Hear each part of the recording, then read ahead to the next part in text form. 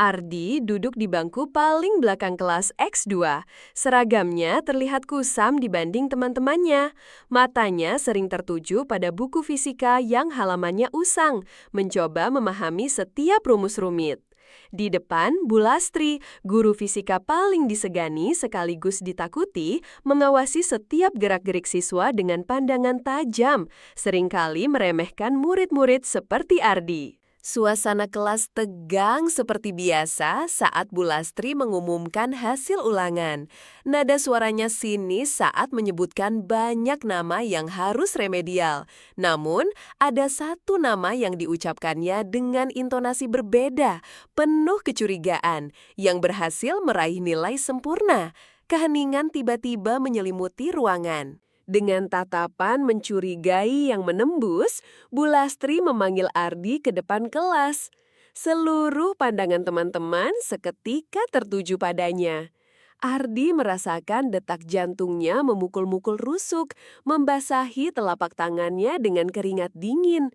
Ia tahu ada yang tidak beres dari panggilan tak terduga ini. Mana mungkin Ardi dapat nilai sempurna? Pasti ada yang curang. Suara Bu Lastri menusuk telinga Ardi, menusuk harga dirinya. Bu Lastri secara eksplisit menuduh Ardi mendapatkan bocoran soal, diiringi bisikan-bisikan dari sudut kelas yang semakin memperburuk keadaan. Ardi merasa dihujam ribuan panah. Wajah Ardi memerah padam, bukan karena malu akan kesalahan, tetapi karena amarah dan rasa tidak percaya. Tangannya gemetar hebat, berusaha menahan guncangan batinnya. Kata-kata penipu dan pencuri berkelebat di benaknya, menghancurkan sisa-sisa ketenangan yang ia miliki. Teman-teman Ardi, sebagian besar anak-anak dari keluarga berada yang terbiasa hidup nyaman, memandangnya dengan jijik dan ejekan terselubung. Atmosfer kelas menjadi dingin dan menghakimi, seolah Ardi adalah penjahat yang sudah divonis bersalah tanpa kesempatan membela diri. Ardi mencoba membuka mulut, berusaha membela diri dari tuduhan yang tidak adil itu, namun suaranya tercekat di tenggorokan. Setiap kata yang ingin ia ucapkan terasa tersangkut, tidak mampu keluar. Matanya berkaca-kaca, menahan perihnya tuduhan tak berdasar tersebut. Bu Lastri menyuruh Ardi duduk kembali dengan nada merendahkan, seolah kasusnya sudah selesai dan Ardi telah terbukti bersalah. Ardi kembali ke bangkunya, merasa seluruh pandangan kelas kini seperti ribuan jarum yang menusuk punggungnya. Ia ingin lenyap dari sana. Sepanjang sisa pelajaran, Ardi hanya menunduk, matanya kosong menatap meja. Pikirannya hancur berkeping-keping, namun dadanya terasa sesak dipenuhi rasa malu, marah, dan tertindas yang tak terkira. Ia tak pernah merasa sekecil ini sepanjang hidupnya. Bel tanda berakhir pelajaran berbunyi, menyelamatkan Ardi dari siksaan.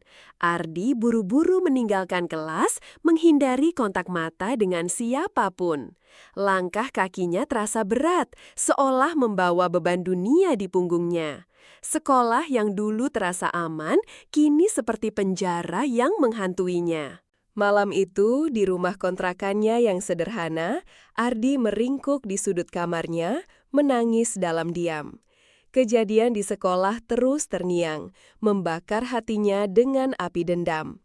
Rasa sakit yang memilukan itu perlahan berubah menjadi tekad membara untuk membuktikan diri. Ardi mulai belajar hingga larut malam, bahkan hingga dini hari.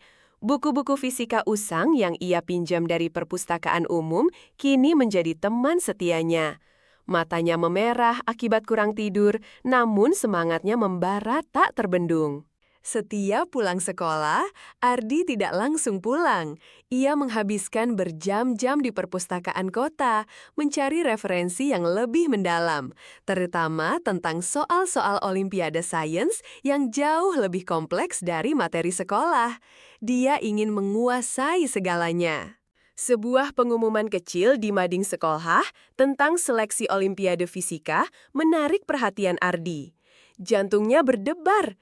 Ini bukan hanya tentang nilai, ini adalah kesempatan emas untuk membuktikan kemampuannya di hadapan semua orang, terutama Bulastri. Ardi mendaftar seleksi Olimpiade.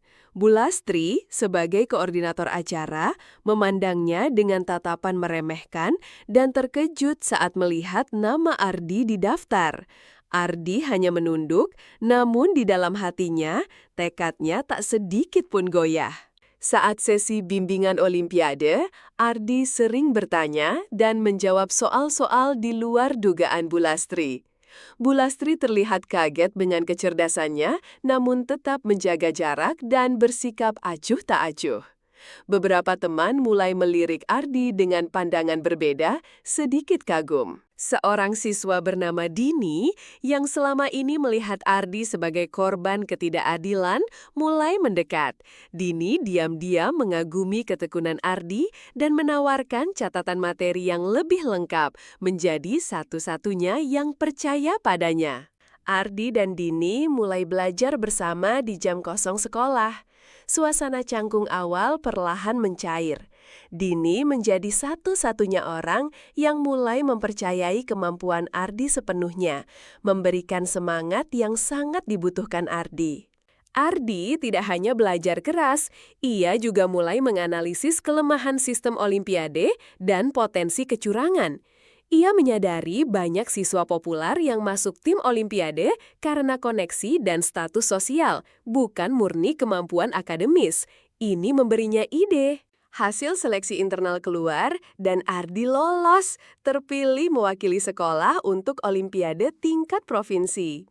Bulastri tampak sangat terkejut, namun tidak bisa menyangkal hasil tes Ardi yang sempurna. Sebuah senyum tipis terukir di bibir Ardi, pertanda benih perlawanan itu mulai tumbuh. Hari Olimpiade Provinsi tiba. Ardi duduk di auditorium yang megah di antara puluhan peserta lain dari berbagai sekolah. Ia tampak tenang, namun matanya penuh fokus, memancarkan keyakinan. Bulastri duduk di barisan pengawas, sesekali melirik ke arah Ardi dengan tatapan heran dan sedikit penasaran. Soal-soal Olimpiade terasa sangat menantang, menguras pikiran. Namun, Ardi menyelesaikannya dengan keyakinan yang luar biasa. Setiap coretan di kertasnya adalah hasil dari berbulan-bulan kerja keras, pengorbanan, dan penderitaan yang kini ia ubah menjadi kekuatan. Pengumuman pemenang disampaikan, nama-nama dipanggil satu persatu, hingga akhirnya hanya tersisa satu, Ardi. Namanya disebut sebagai juara pertama Olimpiade Fisika tingkat provinsi.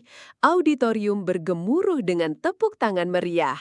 Ardi maju ke panggung dengan langkah mangkap, senyum tipis penuh makna terukir di bibirnya.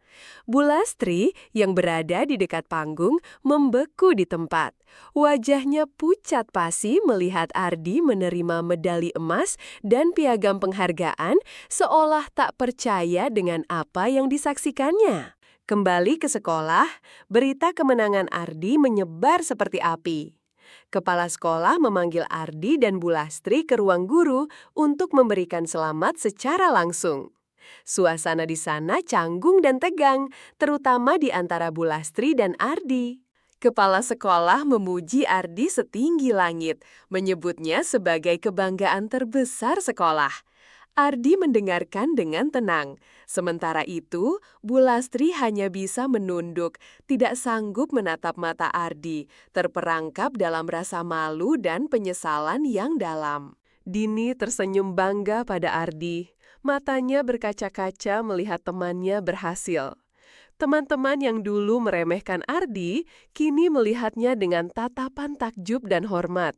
Beberapa bahkan mencoba mendekat untuk mengucapkan selamat dengan suara rendah. Ardi merasa sangat lega. Beban berat yang selama ini menindihnya terangkat sepenuhnya. Rasa sakit akibat tuduhan dulu kini digantikan oleh rasa bangga yang tak terhingga, bukan hanya untuk diri sendiri, tapi juga untuk keluarganya yang selalu mendukungnya. Beberapa hari kemudian, Ardi memberikan presentasi singkat di depan seluruh siswa mengenai pengalamannya. Ia berbicara dengan tenang, tanpa amarah atau nada menyalahkan, hanya berbagi tentang pentingnya ketekunan dan kepercayaan diri untuk mencapai impian. Bulastri mendengarkan dari kejauhan di sudut aula. Wajahnya menunjukkan penyesalan mendalam dan kesadaran akan kesalahannya. Balas dendam Ardi bukanlah lewat kata-kata kasar, melainkan melalui pencapaian luar biasa yang membungkam semua keraguan dan meruntuhkan tembok prasangka. Ia telah membuktikan dirinya jauh melampaui apa yang pernah dituduhkan padanya, sebuah pembalasan yang elegan dan penuh kebanggaan.